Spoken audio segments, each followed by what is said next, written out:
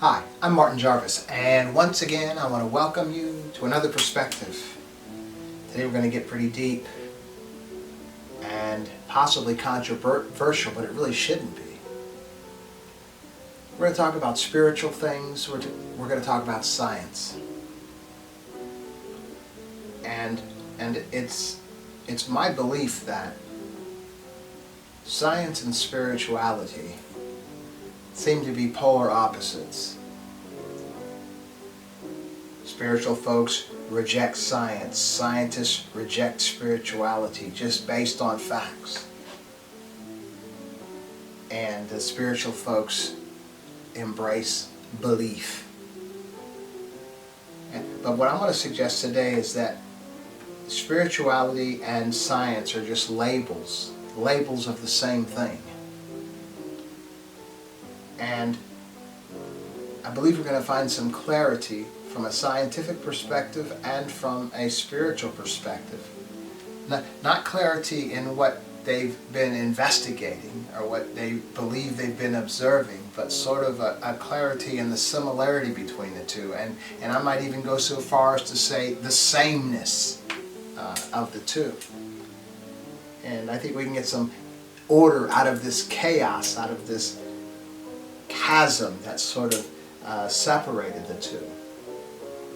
You know, I'm a Christian minister who was an atheist, had an epiphany one day, realized that there was an entity greater than me.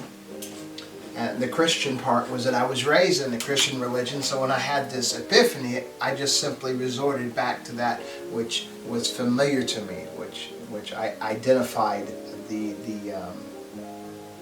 intelligence as God. Okay, that's the way I was raised. But I've been in this thing for a while. I was 28 then. I'll be 67 this year, next month, 2025, November. So I've been in this a while. I've functioned in the church. I've functioned in outreach ministries into the neighborhoods. I functioned as a mentor to juveniles for 17 years in the juvenile justice system. I've done hospital visits. I've done marriages and funerals. I've been a deacon in the church, an elder in the church, a pastor in the church for 20 years. So I've been deeply involved and really studied, okay? But as well, you know, I've always loved science, even from junior high school. And more recently, say within the last 7 or 8 years, I've been a fan of quantum physics, of quantum mechanics, the theoretical side of it.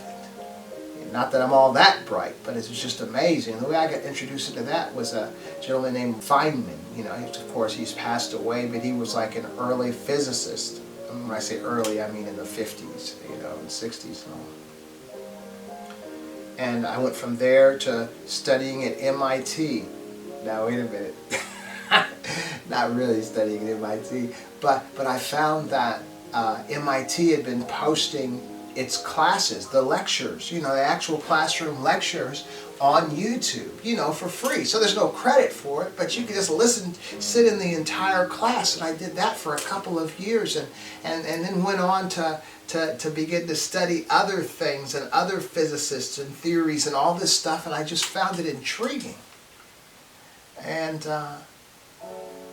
so then we had maybe a couple years ago, 2 years ago, 3 years ago almost, we had an exchange student stay with us for a year from Spain.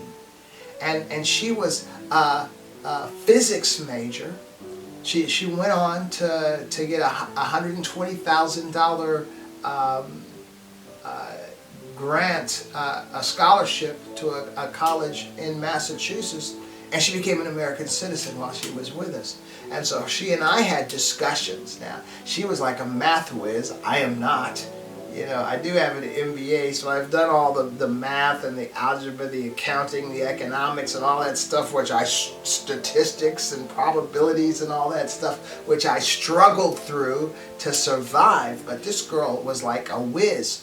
But the theoretical side of quantum physics, we had long conversations because it was something that we both really embraced, okay? So that's who I am. So I'm a Christian minister spiritually minded, but I see the stuff, in quantum physics. It's amazing. The entanglement theory, the uncertainty principle, space-time, relationship, gravity, and all this cool stuff. And the whole multiverse thing is kind of problematic to me because the concept isn't really like on Star Trek, but the dimensions could be a fraction of an inch. That could be a particular multiverse. But anyway, I want to talk about this because I believe that but the religions and then the scientists are really looking at the same things. They're just seeing them differently. Okay, and so although I am a minister in the Christian religion, I don't really take religions as being that serious, as being that real. Now if I speak to a congregation, I'll be using the stories and correlating them to their lives and seeing what kind of lessons that we can get out of them. But simply differentiating between the religions as one being correct and the others being wrong, that's not me, okay? I believe that whatever the intelligence is, which we call God, I believe there is a source of our existence, okay? And because of being the creation of, we would call that intelligence God, okay? And encapsulating all that we attribute to what would be God, okay? And that's where the religions came about.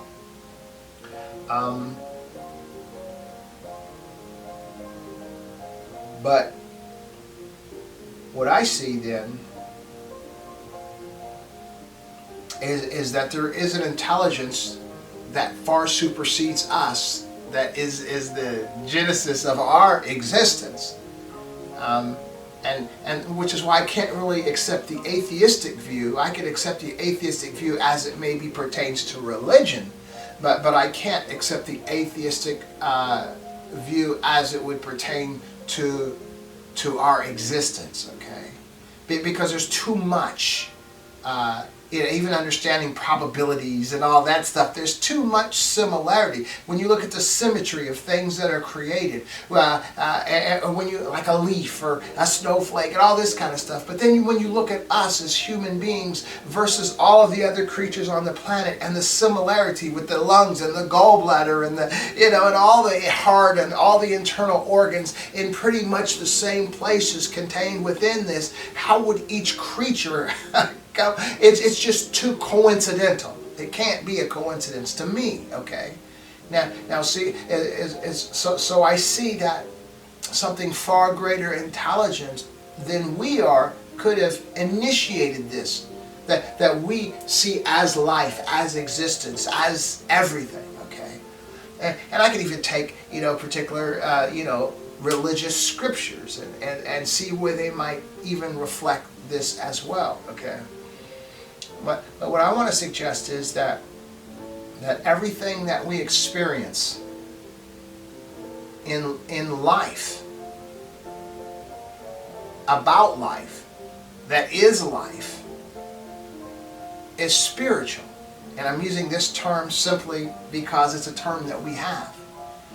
And I want to suggest then that when we look at the quantum physics and the physics and all the stuff that we have discovered all along the way and trying to understand this and trying to understand that, it's all spiritual too, okay?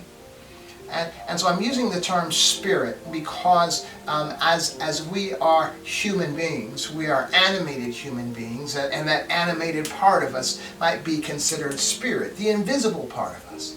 And so what I want to further suggest is that the invisible everything that we experience, or that we are experiencing, that we are cognizant of or not cognizant of, all of those invisible realities are spiritual. So when we understand the concept, say a biblical concept of you reap what you sow, what goes around comes around, karma, however you want to place that, it's invisible. So how do we know then that you reap what you sow? How do we know that what goes around comes around, or there is this thing called karma? From experience, from age-old experience, from pretty much every culture on this planet, we have all come to the conclusion that what you do comes back to you. Good people reap good. Bad people reap bad. Good actions reap good. Bad actions reap bad. We embrace this from culture to culture, from nation to nation throughout history. We've received that. That's why we've come up with laws. That's why we've come up with laws to ensure that we don't do things that are not good, okay? Because there is a cause and an effect. And we recognize, although it's invisible. And then we look at something called gravity, thanks to Isaac Newton, and thanks to the expounding upon by Einstein and his space-time gravity thing. But you can't see gravity either. It's invisible. It's just as visible as what goes around comes around. But the scientists have embraced it, okay? And the scientists have recognized that this is a thing. And they've even figured out, from whatever it was that initiated with Isaac Newton, but then to Einstein with his space-time effect, and gravity and all this stuff, is that based on observation. You can't see gravity, but you can see the result of gravity. You can't see what goes around comes around, but you can see the result of, what's going around and coming around, okay? So what I'm suggesting is basically everything in life is spiritual in a sense as it pertains to human beings. Okay? And I think the disservice that we have done, but unintentionally, is to correlate spirituality with religion.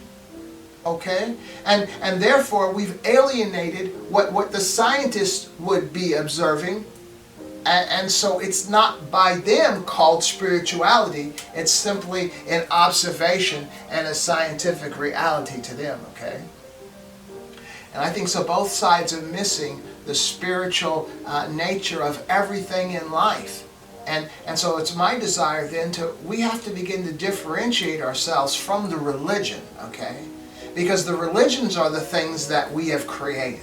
The religions are the things that we have created to try to understand, to try to comprehend, this God, this ancient way of trying to understand what God wants of us, what Allah wants of us, what Yahweh, Krishna, whatever we want to call this intellect, what it wants of us, the expectations and how we're supposed to live. And it's really not about all that. It's about a reality of what we are existing in, and the effects of those invisible things, what they have on our lives. It's my belief then that all the things that are happening to us in life are happening because of what we do or what we don't do. And that's what the scripture will tell us that, right? That's why we're supposed to conduct ourselves in certain ways.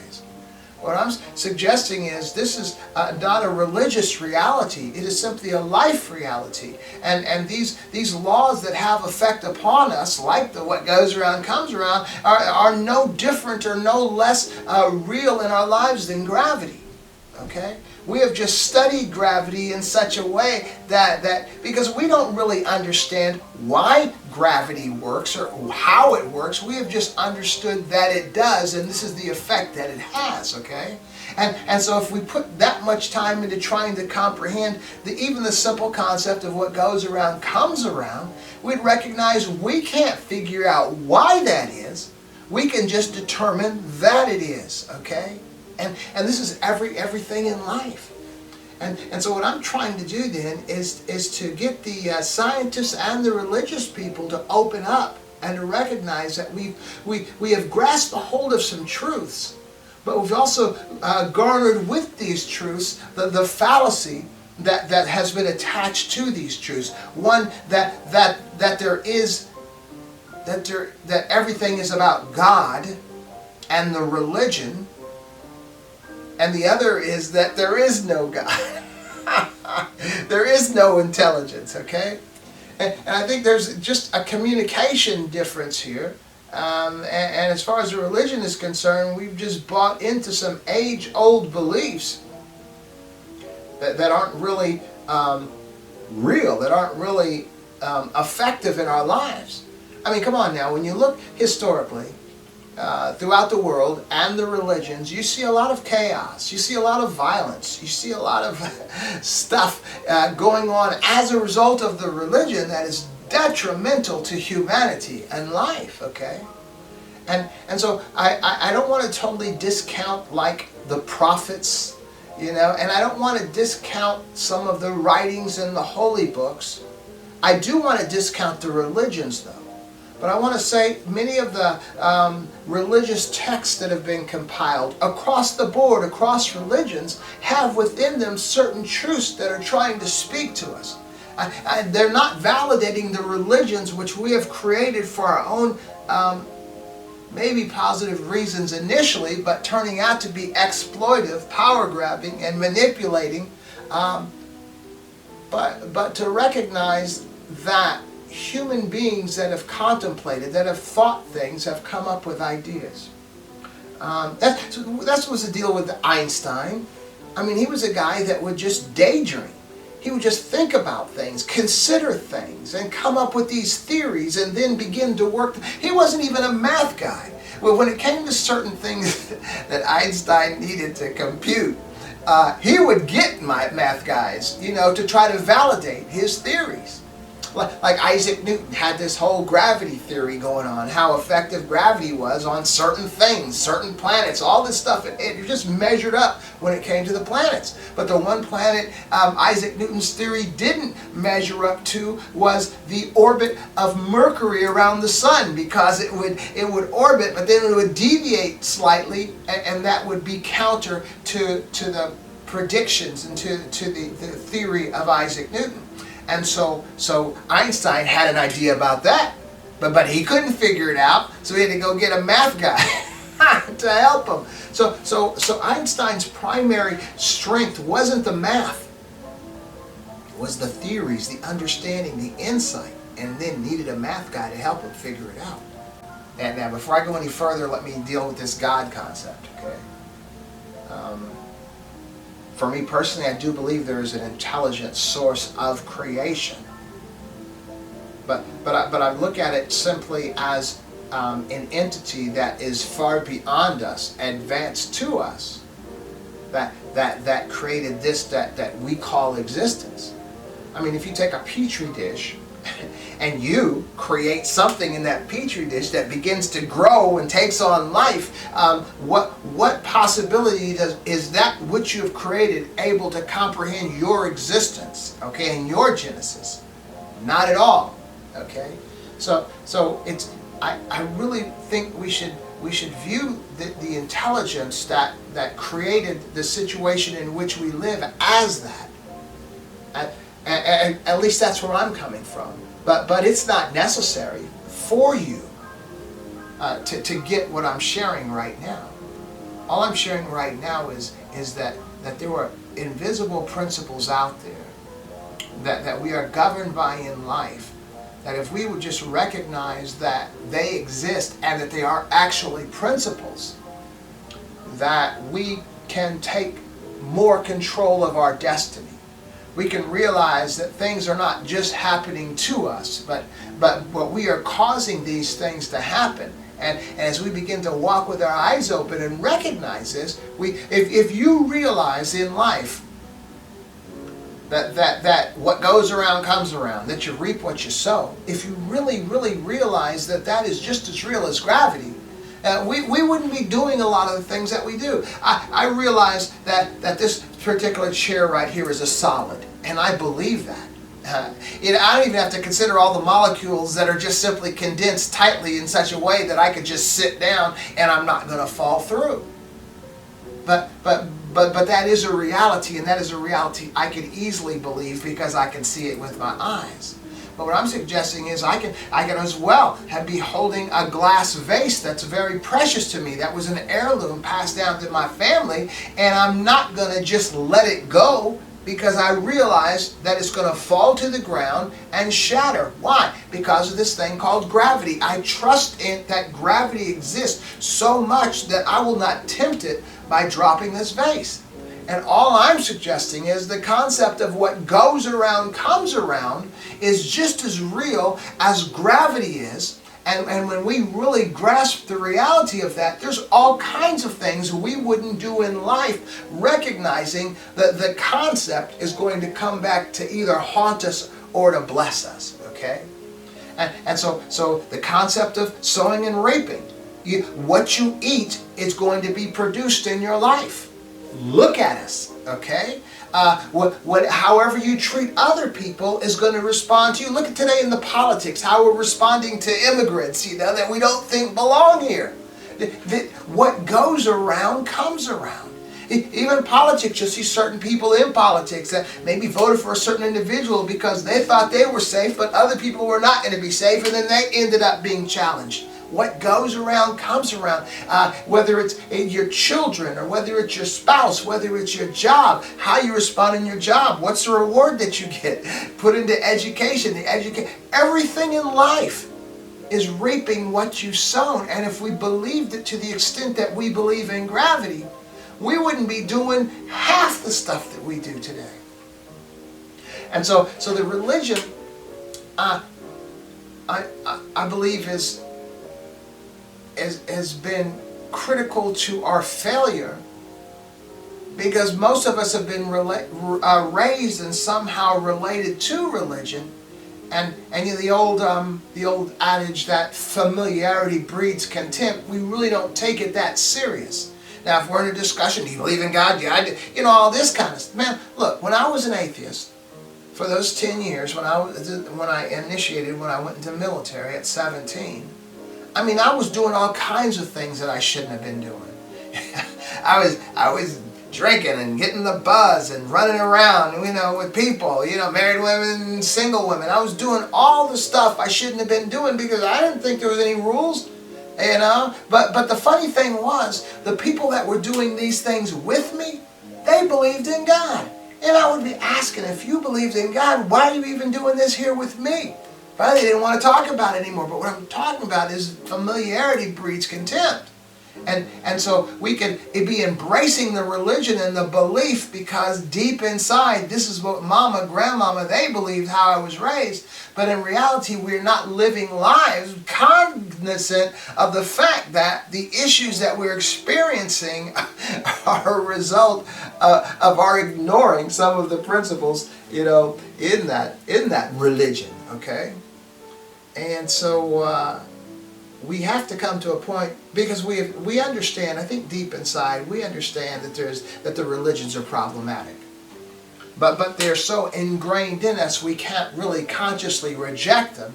But subconsciously, we have rejected them because we are not living up to the standard of that those religions were projecting, okay?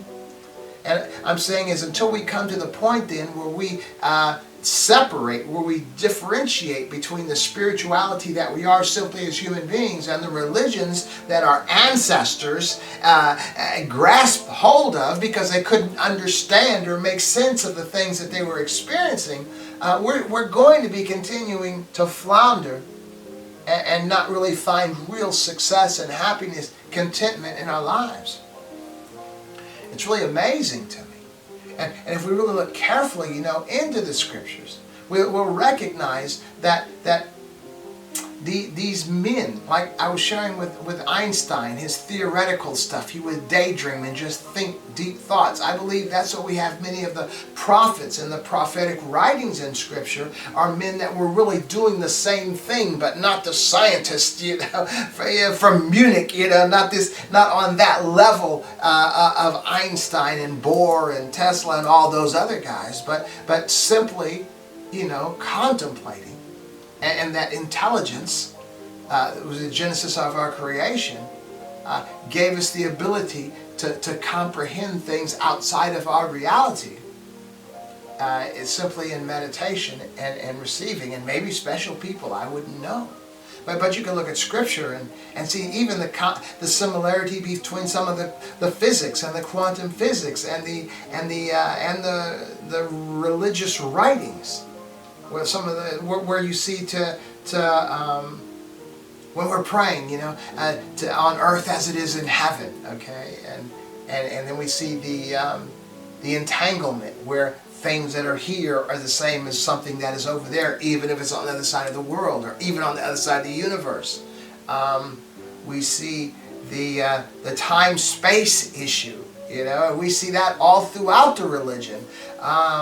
The traveling in time back and forth, and we see that possibility even in the quantum physics realm. Uncertainty, you really can't tell anything what is or what isn't, until you see it, right?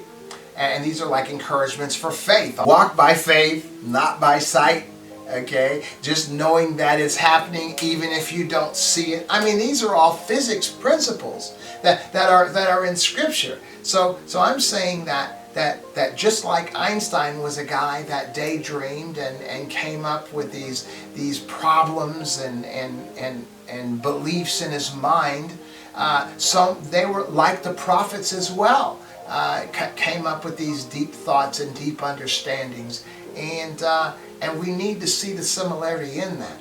So not validating the religions, because I believe that in all religious books you are going to find some truths in there, and you're going to find some lines that are crossed that are very, very similar.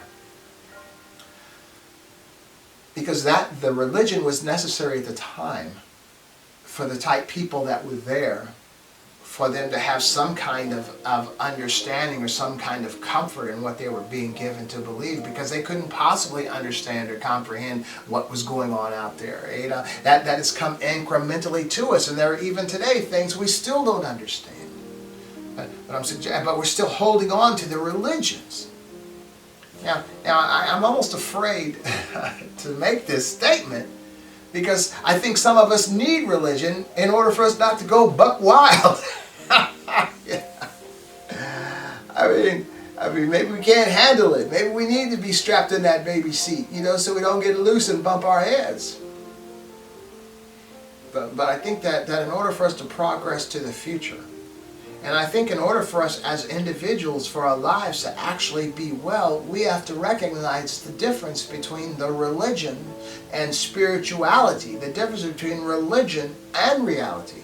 But as well, the scientists need to recognize the spiritual nature of everything that they see or everything that they don't see, everything that they believe exists that is having an effect, but they can't pinpoint why it's happening. It's all the same stuff. It's all spirituality. We're all on the same page, but we divided ourselves with these barriers of religion and the barriers of science. It's all the same. And we have to come to the place to believe that. And this is where we build upon. And when we shed ourselves of the religion, but we embrace the spirituality. And see, I'm not rejecting the religion in a way so that we could live any kind of way we want, okay? I am simply saying that we need to understand the concepts that we've been given, especially the concept of what goes around comes around, because everything in life, it hinges upon that, just like everything in life hinges upon gravity, everything. The functioning of your internal organs, you walking and standing and walking on this planet, everything in life is influenced by gravity. And what I'm saying is just as important, everything in life is influenced by what goes around comes around. Everything. Whether it's your health, whether it's your relationships, whether it's your finances, whether it's your nation or the world, the chaos, every bit of chaos that we see in the world is due to this concept of reaping what you've sown. Everything. and it's important for us to recognize this. This is as real as gravity, and it has affected us as traumatic as gravity. Without gravity, we wouldn't exist. Without the concept of reaping, sowing and reaping, we wouldn't exist either. And I'm just suggesting that once we get a hold of these principles as not being religious, but as simply being real, and so this is for secular people. Because often, I remember when I was an atheist, I had this feeling that my mantra for life was that I could do anything I wanted to do as long as it wasn't harming someone else. That was from an atheist perspective. That was from a secular perspective. But you know what? So most of what I was doing was affecting someone else, was hurting someone else. But in my mind, I wasn't personally doing something that was intentionally, that was hurting someone. And I'm saying government's the same, as wonderful as our nation is. You know, the wars that we have, the conflicts that we've had, I could name them off, you know, as well as the responses we have to poor people or the immigrants and all this. But even into nations and the strategies that we actually make ourselves a part of to make our countries great. I'm saying all nations, there are people that are harmed in the process to keep our countries, what we believe is, in the best place possible. But there's always reaping from what we've sown. And if I want to leave us with this one message for this particular program, it is that reaping what you've sown is just as real as gravity. The only thing is, we have had so much input, science classes all throughout school, all about gravity, which we can't see, but we believe because we see the result. Well, we haven't had this teaching on reaping what we've sown. What goes around comes around. Chickens coming home to roost karma. It is so real. And I'm telling you this, that every lack in your life, every failure in your life, every aspect of your life that hasn't panned out, is a result of reaping what you've sown. For real.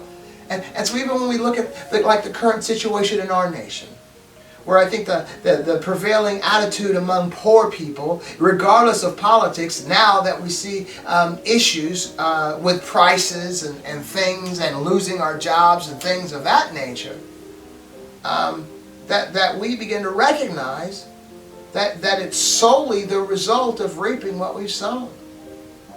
How we respond to other people. How this nation has responded to people, non-white people, historically since our inception. There is reaping in that. You can't get over it. You know, a father that doesn't know how to respond to his children, there will be reaping. And his inability to respond to his children may be the reaping from his father, who may be the reaping from his father. I'm telling you, our reaping has overreaching effect generationally. So the title of this particular program is, What If Reality Has Always Been Responding to You, Not Happening to You? So the point of this program is that reality has not been happening to you. Reality has been responding to you. And once you get a grasp of that, you can take control of your life, inventory your life. Who have you not been right to? Who have you done wrong to? When you go to a restaurant, do you tip well? I mean, simple things like that. See, one thing the preachers, I have to give them credit for, even though their intention may be dubious at times, is the concept of sowing and reaping as it applies to your money. It applies to everything. So if you're giving money for a good cause, you'll be reaping that money back. It has everything. If you're going outside in the middle of winter with no shoes or socks on, having just stepped out of a bucket of water, you're going to reap catching a cold. Everything is attached to this concept. And that's what I want to leave you with today. And I've gotten kind of excited about it because this is the first program of like 50 programs. that we're going to be airing this year. And the reality is they haven't been completed yet. They haven't been, the programs aren't there yet. But they're going to be. Because we have to shake our way out of this. The religions are what's keeping us down, which keeps us separate. Even when you're in a particular religion that you believe you know is the truth, you know, and everybody else going to hell, you know, you're reaping because of your response to other folks. Man, and I'm using, you can even use religious scripture that doesn't seem to be perverted, that seems to be out there, that makes sense. But to date this program though, I was watching a guy on social media talk about Bad Bunny, the guy that's supposed to be performing at the halftime show in a few months, and he was talking about how Bad Bunny was going to be going to hell, you know, and he had some other folks chiming in, amen. and see, I really know the scriptures because I really studied. And the reality is that and these are white folks, white Christians. When you understand the privilege that white people have lived in this country, and the blood, sweat, and tears of the people who have suffered.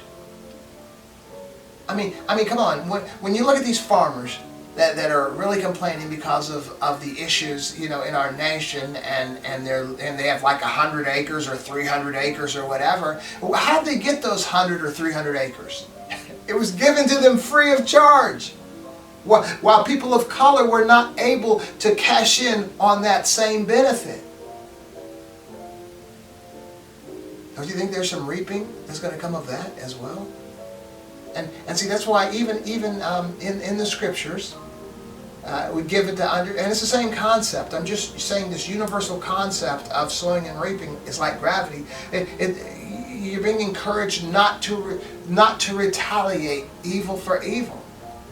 Because the reality is, even if you're responding in vengeance or whatever, then you are going to be reaping that back, even if you were unfairly done, that created this momentum of you responding harshly to the individuals who victimized you. See, sowing and reaping isn't emotional. Sowing, just like gravity isn't emotional. You know, if I throw you a ball to make a basket and you make that basket, gravity was a good thing and it worked for us. But if you're working on the roof and you stumble and slip and fall off the roof, gravity is going to be working against you. Gravity doesn't have favorites. Gravity doesn't have emotions. Gravity doesn't punish. And gravity doesn't reward. And it's the same with sowing and reaping. It doesn't punish. It isn't a reward. It simply is a concept that functions. Okay? And so I'm just suggesting that we need to realize that every aspect of our life. So I can guarantee you, without knowing you and knowing your life. I mean, if you're telling me you're not able to afford the life today because you don't make enough money, and it's just not fair that billionaires and millionaires are making so much, then the response is, what did you do in your younger days that didn't create the avenue for you to have enough money to support yourself and to be comfortable? You're reaping right now. We're all reaping. I recognize that. Come on now. I have a pretty good job as a mailman the past 32 years, make good money, have a good life, good home, good family, and education, MBA, all this stuff going on. Children, one graduated from college, one is in college, good stuff. But I do know that if I hadn't made some of the decisions I made younger, I would be in a far better place than I am right now. I know this. So I can't complain because I recognize the concept of sowing and reaping. Who would I be complaining to?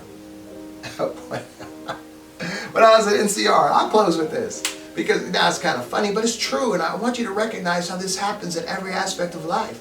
I was with NCR for 13 years. 3-piece suit, you know, briefcase, trench coat, back in those days, right? And I had been there 13 years. AT&T took over back in '94, and many of us lost our jobs. I took a slight buyout, signing a little document that I'd never sue them. I got some more. I had money and I was able to survive. But the reality is this, there were people walking through, there are people even today that are bitter at NCR because they lost their jobs. I'm not. Look. When I was there, okay, this is business, this is corporate environment. They were paying for education. So they would pay for my education as long as it was related to business. And so I started going to college when I was at NCR. You know, you'd pay up front, then you'd give them the vouchers and they'd reimburse you the money. But then I ended up stopping. I said, why am I doing this when I'm already working here? Little did I know, years later, I was going to lose my job. And once I lost my job, I wasn't even marketable because I was in a job that required a degree. So after I left NCR, I'm putting in, you know, Reynolds and all these other companies. This was a long time ago, 94. But I wasn't getting any callbacks. I was trying to get a job in the same job that I was doing for 13 years. But the problem was they hired me into a degreed position. And so once that job was gone, I wasn't able to get the same type job with another company because I wasn't qualified. Okay? And so my reality then is, I quit going to college and NCR was paying it for free. I simply reaped what I had sown. How can I be mad? Now I have an associate degree, bachelor's degree, and an MBA, which I had to pay for out of my own pocket later on in life. Why? Why did I have to come up with all that money later on in life? Because I reaped what I had sowed. Every aspect of life, man. Your health, your finances, your family situation, your job situation, everything in life as an individual, but as well as a community, as a county, as a state, as a nation, as a world. We're all reaping what we sowed. Now the positive about all this is that although your entire nation may be suffering, your entire community may be suffering, your entire state may be suffering, but in your particular bubble of existence, if you grab a hold of this concept of sowing and reaping and begin doing everything you can positively, you'll be buffered in a negative situation and you will be okay. But the politicians and the religious folks, they're very convincing. And when you side with politicians and you're ragging against these kind of people or hating these kind of people or the religion and everybody's going to hell but you and those people are evil because they don't worship the same God, all that stuff, man, you are sowing and you are reaping, and that's why your life in so many ways is jacked up. It's time, man. It's time to recognize this. Put the religion aside. Recognize your spirituality. And recognize what you may call God, you may call Allah, you may call Krishna. But even those names present a separation of the other groups. Just recognize that there is that source of creation which you emanate from. Whatever it is, we can't possibly know. And then your fellow human beings, just do them right in every way. You know, even the religions are telling you how to treat the immigrant, how to treat the immigrant, how to treat the stranger, how to treat the poor and the widowed and the suffering. And I was in prison, did you visit me? You know, I was infirmed, did you visit me? All this stuff, what you do to the least you do to me. These are what we have in our religious writings, but it seems like, you know, political, embracing the politics and embracing the religion itself, we lose sight of the fact that anything we do to anybody else, especially those who are least from us, who would be more affected by our antics, we're doing to that source of our creation. What it's telling you right here is you're going to reap what you're sowing. I can tell those guys, you're talking about bad money. I mean, shoot, man, you're a white guy in America. You think you don't have any reaping coming? And then the fact that you're even talking about him in such a way because he's a Spanish-speaking person and he's not whatever you are, or whatever you think the center in this nation is, you're in for a whole lot of reaping, man. We all are if we don't recognize that sowing and reaping is just as real as gravity. And if you think you can just run real fast and just jump up in the air and fall on your back and be okay, that's really in essence what you're doing with the invisible concept of sowing and reaping. You're just doing what you want to do, as detrimental as it might be to you, and you are suffering the consequences. Your life is an example of the suffering of the consequences. Thing is, you just don't realize it. And then it's so easy, well, they're coming to take my jobs. It's so easy to come up with excuses, point fingers. Well, that big company, those billionaires, they're getting tax cuts, they're doing it. It's so easy to point at everybody else. And not, because it helps not to have to recognize and realize the accountability that you have in your own life for your own failure. I look at this. We're really going to close. I look at when you have like child pedophiles that end up going to prison, and then they end up getting really mistreated in prison, and some of them are being killed. Because even in prison, there's a standard, that's just off limits to kids. But the reality is, everybody sitting in prison is there because society is determined that because of their actions, they can't be permitted to be among civilized people. So they're there because of they're reaping what they've sown. But so what alleviates some of the reality and the guilt of their reality from the actions they took? Finding someone else that they can deem is worse than them. And that's what the pedophile is. The pedophile is no different than the guy that stole, or the guy that killed, or the guy that murdered. Society is determined that we don't need them in society.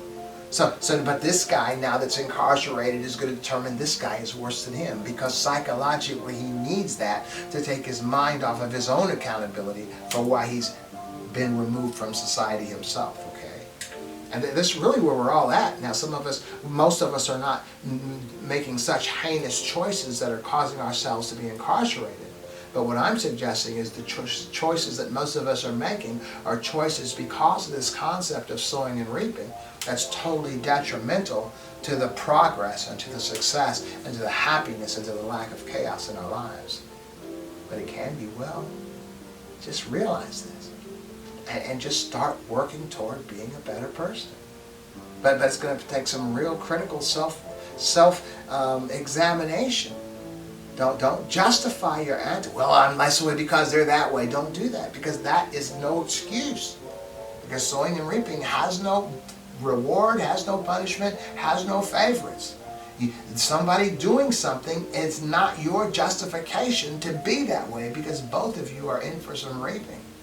Now, my philosophy is, for myself, look, we're kind of jacked up human beings anyway, and there's no way we're going to do everything right? So to offset the negatives, just try to do as much as you can. That's right, okay? And they'll offset the stuff, the negative stuff that comes quite natural to you. But really, we are self-sabotaging often in many ways. And I want to go back to the not eating healthy, or not exercising, or not going to our jobs, or getting our further education, all the things that we're not doing that are detriments to ourselves. And what I'm suggesting is that the worst reaping are the things, the negativities that we perpetrate on other human beings. In other words, it's bad when we do it to ourselves, but it's going to be worse when we do it to other human beings, okay? Just chew on that. And I think this is, again, the first program of a series. I think I'm going to be doing this series for a year. And we're going to see if we can come to a place of wellness from all this, all right? Well, anyway, I do want to thank you once again for joining me for another perspective.